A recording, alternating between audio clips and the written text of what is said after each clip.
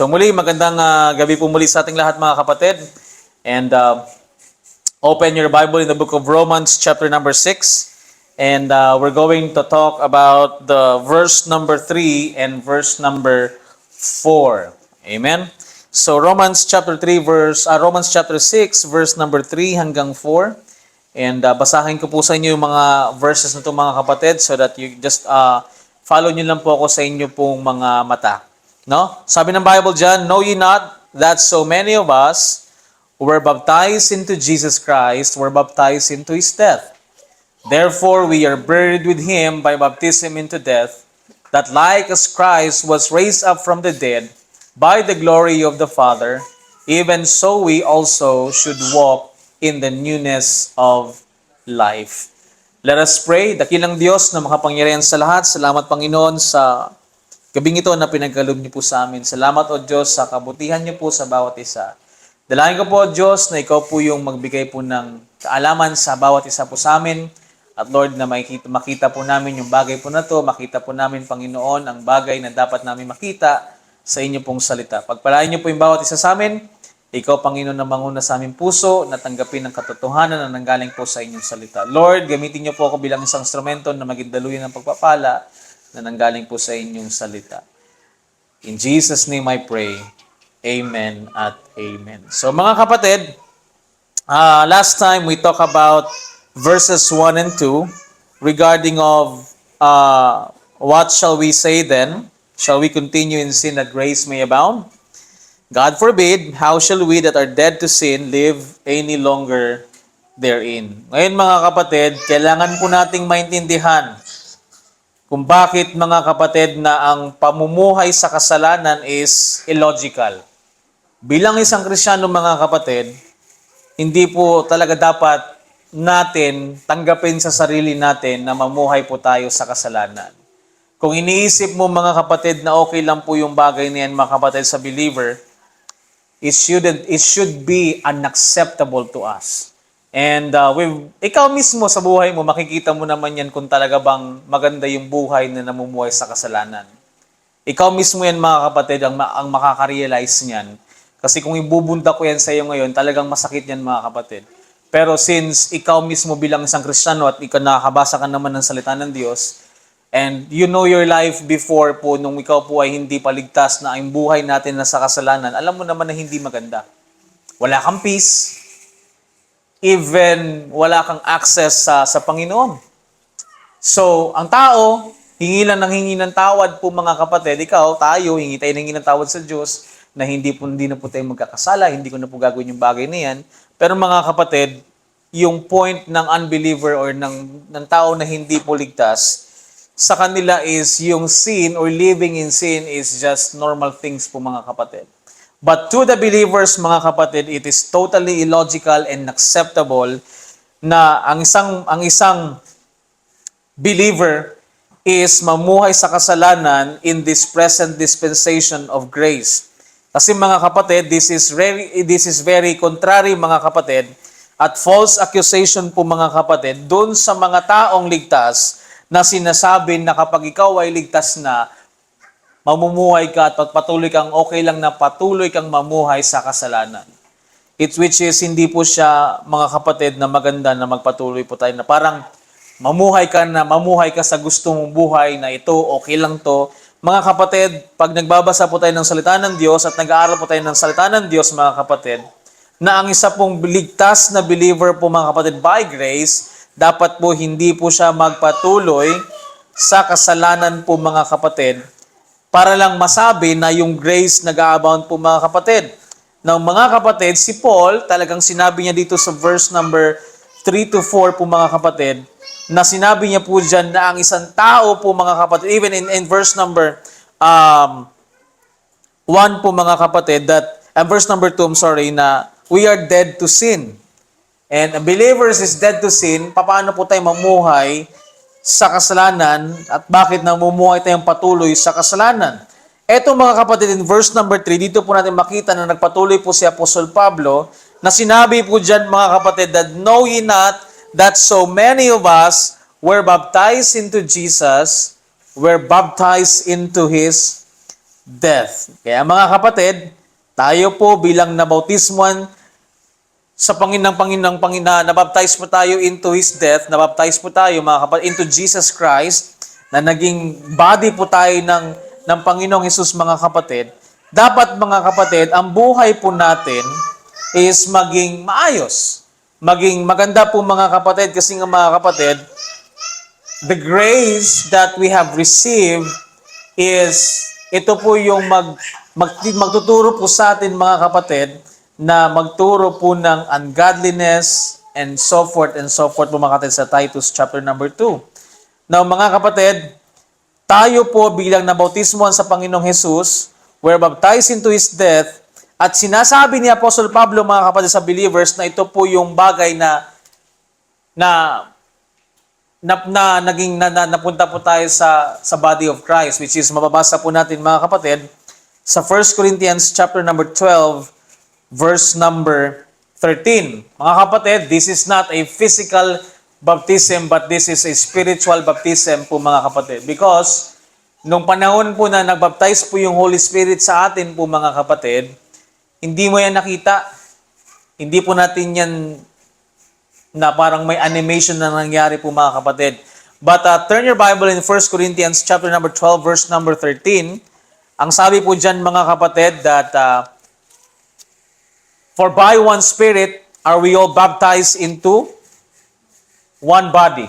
So mga kapatid, yung one body, there's no other body in this present dispensation kundi body of Christ. So mga kapatid, every believer, everyone that believe about the finished work of the Lord Jesus Christ mga kapatid, binautismuhan po siya mga kapatid ng banal na spirito at idalhin para ilagay po tayo sa katawan ng Panginoon. Mga kapatid, this is a spiritual baptism na mismo ang Holy Ghost po mga kapatid, yung nag-perform po ng bagay po na ito mga kapatid.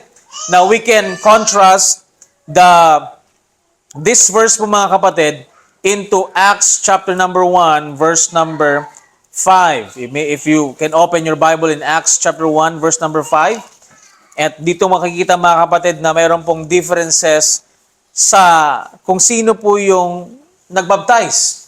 Amen? So sabi dyan sa Acts chapter number 1 verse number 5, for John truly baptized with water. So we know that story po mga kapatid. Tama? When Jesus Christ was walking, napumunta po siya kay John. Of course, si John the Baptist ang nagbaptize kay Jesus Christ. Now mga kapatid, dito sinasabi niya that John truly baptized with water, but ye shall be baptized with the Holy Ghost, not many hence they. So makita mo yung word na with. So meron pong isa na magbabautismo na ibabaptize yung banal na spirito. Kasi ang sabi dyan, but ye shall be baptized with the Holy Ghost, not many hence they. And we see that mga kapatid in Acts chapter 2, it happened. We can see that in Acts chapter 10 kay Cornelius na while Peter spake these words, and then nangyari po kung ano po yung nangyari dito sa Acts chapter number 1 verse number 5 na sinasabi po ng Panginoong Jesus, kasi naka-red letter po yan sa Bible niyo mga kapatid, meaning it is Jesus Christ who is saying that mga kapatid. Now you can see in 1 Corinthians chapter number 12 na ang sabi dyan, for one Spirit are we all baptized by. So balik mo yan. For by one Spirit. So makita niyo po mga kapatid, yung pinagbago lang na word, it's with and by. So meaning mga kapatid, kasi nga, doon sa Acts chapter 1 verse number 5, it is Jesus Christ who will baptize the Holy Spirit into them. And then dito naman mga kapatid, for by one Spirit. So ito naman po mga kapatid, yung Holy Spirit mismo, yung nagbaptize po sa atin, which is, it is not physical. This is not the baptism na gagawin natin sa first week ng Saturday. Hindi po yan yung ilulubog sa tubig po mga kapatid. So this is more of spiritual matters po mga kapatid. And again, yung pagbaptize po mga kapatid sa believer, it is nothing connected sa kaligtasan po mga kapatid. Yung ilulubog ka sa tubig, it is a memorial, it is to remember, it is to proclaim, it is to picture out what Jesus Christ did on the cross. At alam niyo po mga kapatid, marami pong mga hindi na po nagpa-perform po ng ganyan. Ako naman mga kapatid, kung gusto po nila, kung meron pong isang believer na gusto, then, of course, one thing that I will do is, ano po mga kapatid, is i-review yung salvation, making sure that he is saved, no? So, that's what we did to Brother Kyle. Kaya mga kapatid, this is a way different from what we are doing in the local church po mga kapatid. But 1 Corinthians 12:13, it is something na makikita mo mga kapatid kung paano po tayo nilagay or nailagay sa katawan ng Panginoong Hesus. Dahil yan po ay naniwala po tayo mga kapatid na ang Panginoong Hesus namatay para sa ating kasalanan, nilibing, at muling nabuhay po mga kapatid. So mga kapatid, it is also something like you can see in Ephesians 1:13, na sinabi dyan mga kapatid that after that you believe, the gospel of your salvation, after that you believe, you were sealed with that Holy Spirit of promise. Kaya mga kapatid, dyan mo makikita na hindi po yan yung pastor, hindi po yan para ilagay ka, kumbaga parang hindi siya yung pinakabagay na para, yung 1 Corinthians 12:13, para ilagay ka sa maging member ka po ng local church. So it is more of para maging member ka ng body of Christ. So mga kapatid, hindi ka na po kailangang ilubog sa tubig para maging member ka po ng body of Christ. Kailangan ng isang tao ng gospel.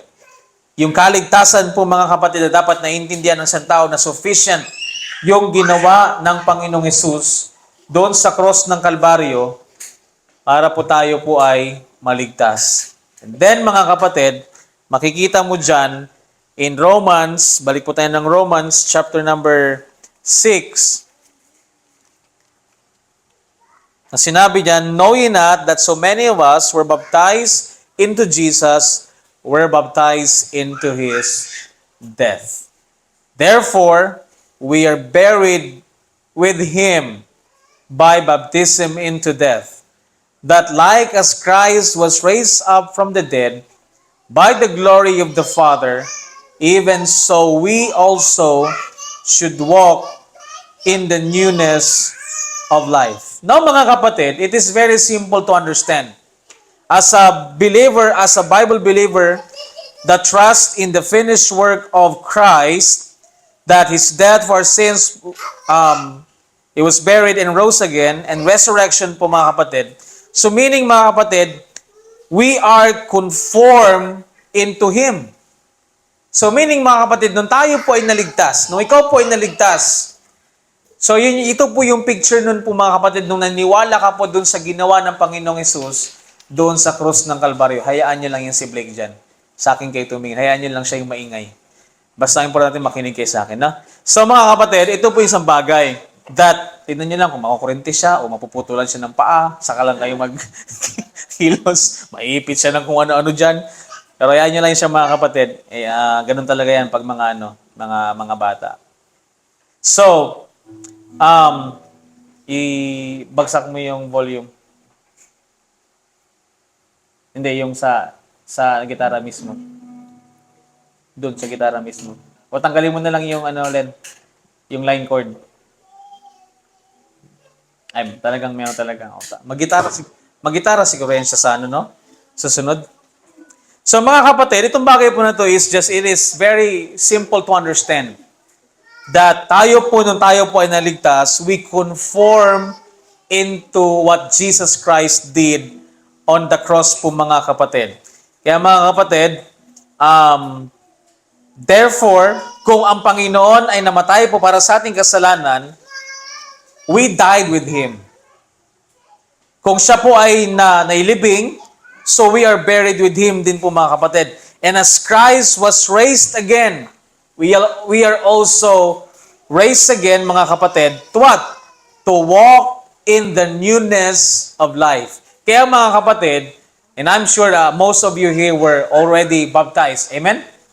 So mga kapatid, yung baptism po natin sa water na immersion po mga kapatid, pag ahon mo doon, hindi po doon dapat nagsisimula yung buhay mo na gumawa ka ng tama sa Panginoon. Kailan ba dapat talaga magsa-start yung buhay po natin into the newness of life? The moment we got saved. So kaya mga kapatid, it's very important and very simple to understand mga kapatid. Pero may mga question po na nagre-raise po mga kapatid. Bakit siya? Bakit ganito? Bakit ganyan? Bakit? One thing po mga kapatid, if you never try na intindihin po yung salita ng Diyos, how would the Word of God help you to walk in the newness of life? And for sure, nung ikaw binautismuhan, baka binanggit din po yan. So kasi nga we are conforming into that matter. Pero bakit parang itong buhay nitong isa na to, bakit ganito pa rin? So mga kapatid, ang judgment ko lang po sa ganyan, he don't understand the Word of God, hindi po siya lumago. Isa pong mga bagay mga kapatid, wala po tayong takot sa Diyos. You remember what Proverbs says? The fear of the Lord is the beginning of knowledge and wisdom. Kasi dyan naman talaga yung magsisimula mga kapatid.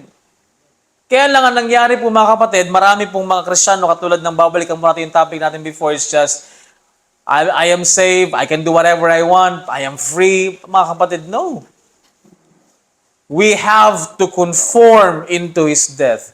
At kaya nga mga kapatid, I always say about Titus chapter 2 verse 11, because it is the grace that bringeth salvation na nag-appear sa lahat ng tao, at itong grace na to, ito yung magtuturo po sa atin to deny ungodliness. So mga kapatid, hindi po dapat magsimula yung newness of life natin doon sa kung saan nabautismuhan tayo. But mga kapatid, the moment we got saved, na naintindihan mo na yung Panginoong Hesus na matay para sa iyong kasalanan, then what? Ibig sabihin, napatawad ka na ng Panginoon. So mga kapatid, dapat doon pa lang magsisimula na po yan mga kapatid. But of course, that is not the thing para sabihin na ligtas ka. Pero kung ligtas ka talaga, dapat talagang ikaw mismo magkaroon ka talaga ng humility in heart and fear in the Lord na mga kapatid, we can walk in the newness of life. So, ngayon, itong bagay na ito mga kapatid, pinapaintindi sa inyo so that hindi na po kayo matulad sa ibang mga Kristiyano. And most especially, hindi na po kayo matulad sa akin, na later on ko pa talaga naintindihan at sayang yung mga panahon na lumipas sa aking buhay.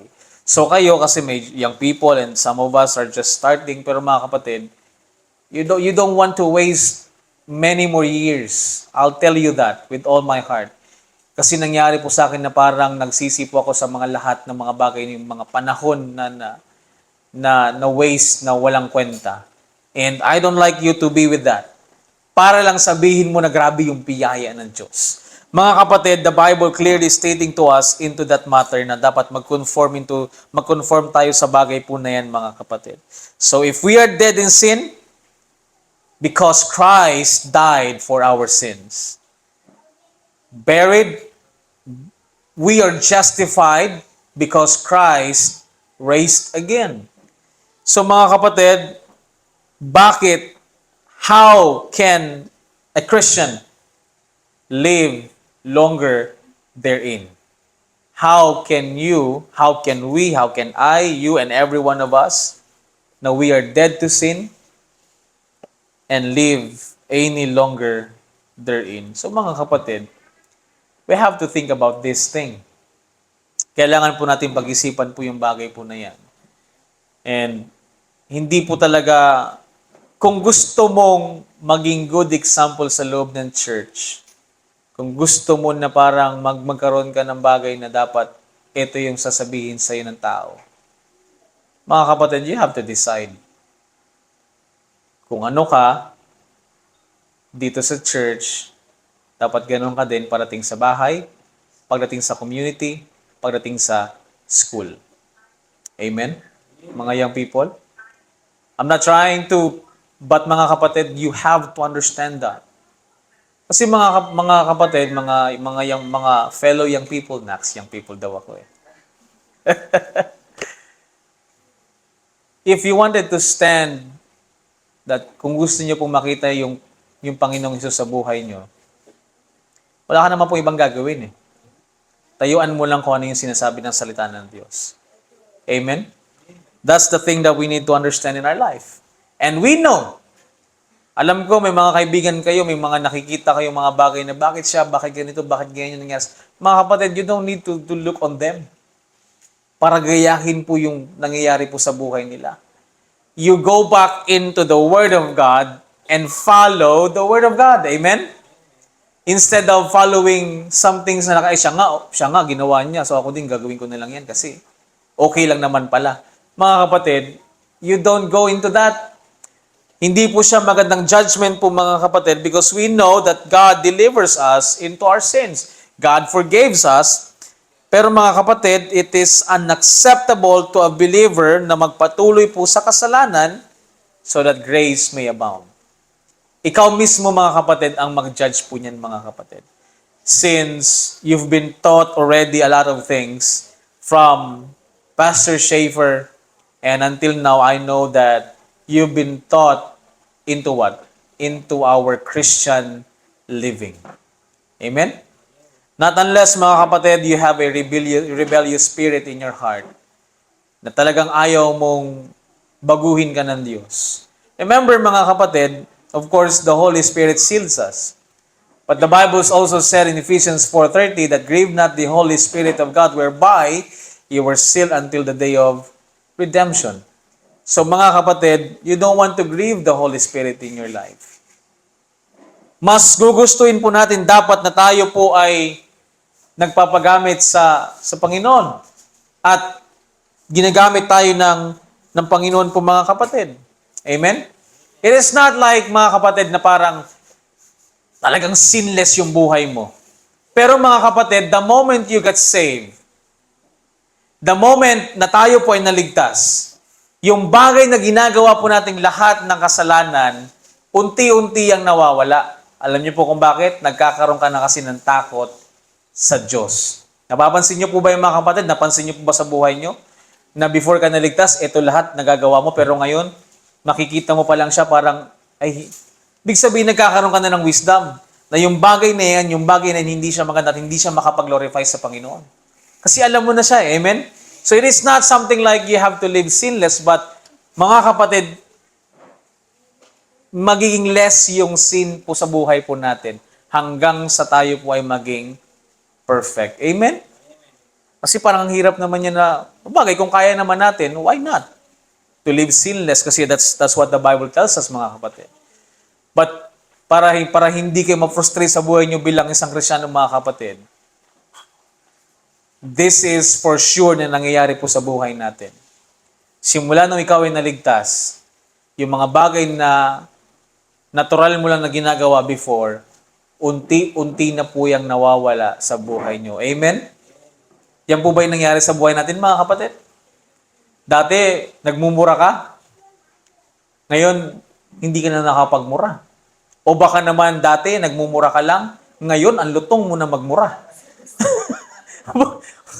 Parang hindi maganda. Tama? Dati, ang tahimik mo lang sa school, ganito ka lang. Ngayon, nung naligtas ka, parang nagkaroon ka ng lakas ng loob para mambuli. So mga kapatid, that's the opposite of the things that shouldn't happen in our life. Amen? So mga kapatid, mapapansin niyo po yan ay kung buhay mo bilang isang Kristiyano na meron ka talagang mga bagay na ginagawa ngayon before na hindi mo na nagagawa ngayon. At uunti-untiin po yan sa ating buhay po mga kapatid. But mga kapatid, I believe it will always start kapag meron kang takot sa Diyos. Kasi kung meron kang takot sa Diyos mga kapatid, hindi ka talaga magtatago ng anything. Amen? Kapag may takot ka sa Diyos, Ako, sa totoo lang mga kapatid, mas gusto ko na meron kayong takot sa Diyos kaysa may takot kayo sa akin. I much like na you're going to open to me what's going on in your life. So maybe, in the near future, maybe we can save yung bagay na mangyayari na masira po yung buhay nyo bilang isang young people. So kung meron kayong problema na parang hindi nyo kinakaya, meron kang problema sa bagay na ganito, hindi naman po ako magagalit. At maybe I can give you a good advice. Amen? Mga kapatid, kapag nagtago ka ng something in your life at hindi ka nag-ask ng advice, always remember as well that in the multitudes of counsel there is safety. Kapag ginawa mo na sinarili mo yan, mga kapatid, mga young people, take note of that. Pag sinarili mo yan, at hindi mo alam yung gagawin mo kapag napasubo ka na sa bagay na yan. So bago ka pa mapasubo, magsabi ka na. So that we can guide you. So that na hindi po tayo mamuhay po sa kasalanan. Kasi ang hirap niya mga kapatid. Imagine mo, magtatago-tago ka sa pastor, sa tatay mo, sa kasalanan na ginagawa mo. Tapos hindi mo alam yung Diyos. Alam yung buhay po natin. Amen? So, nangyari mga kapatid, may mas takot ka pa sa tatay mo, mas takot ka pa sa pastor mo kaysa sa Diyos. Amen? So mga kapatid, it will help us by the grace of God na tayo po ay mga kapatid na makapagpatuloy po tayo na hindi po tayo namumuhay sa kasalanan. But we are trying our best, our very best po mga kapatid, na mamuhay po tayo bilang isang Kristiyano at yun po yung makita ng tao po mga kapatid. So mga kapatid, instead of a person, a believer na naligtas sa biyaya ng Panginoon, hindi niya na po gusto na magkasala. Tama? Kumbaga parang nung ikaw ay naligtas at naintindihan mo na yung mga bagay-bagay at unti-unti mo nang naintindihan na hindi pala ito maganda, pag alam mong kasalanan siya at hindi siya makapag-glorify sa Panginoon, ano ba yung nangyayari sa atin? Di ba nakukonvict tayo na I shouldn't do that. Hindi ko dapat gawin yung bagay na yan kasi mali yan eh. No? So that should be a Christian dapat mga kapatid. Hindi po yung okay lang yan, ligtas naman ako eh. Gawin ko na lang to. Amen? Kaya mga kapatid, you can always examine yourselves with God through His Word. Ngayon mga kapatid, kung kailangan nyo lang po ng advice, and we're here to talk you about something na parang nagsastruggle sa bagay na yan, huwag kang mag-iisip na i-judge ka namin.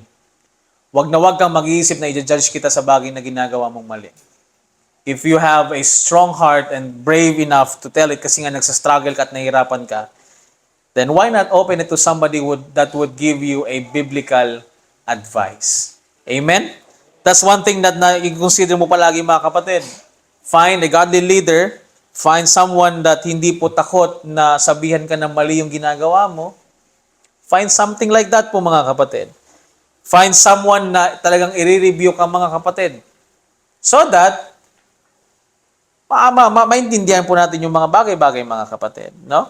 So we consider ourselves dead to sin and alive to God, that we may serve God without abusing grace, but grace set us free to serve God ng buong puso.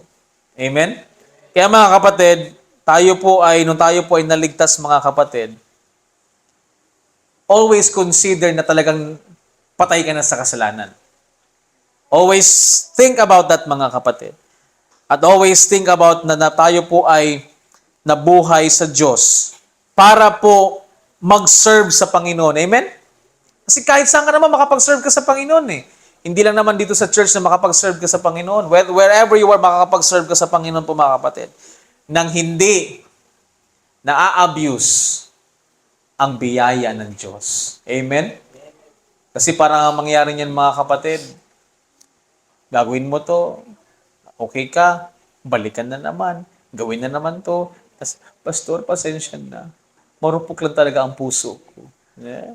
mahina lang talaga ako. Pero mga kapatid, we are weak because we are totally weak.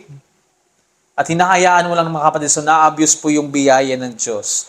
But mga kapatid, tandaan po natin, yung biyaya ng Diyos, ito po yung nag-set us free para makapag-serve tayo sa Panginoon ng buong puso. Amen?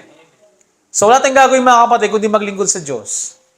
Maglingkod ka sa Diyos, kasi nga, ito yung sinabi sa atin ng Panginoon.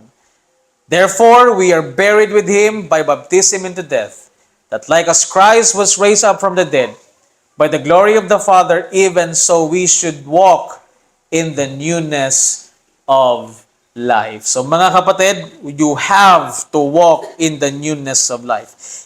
Kung ikaw ay ligtas at naniniwala kang ligtas ka, then lumakad ka ng tama.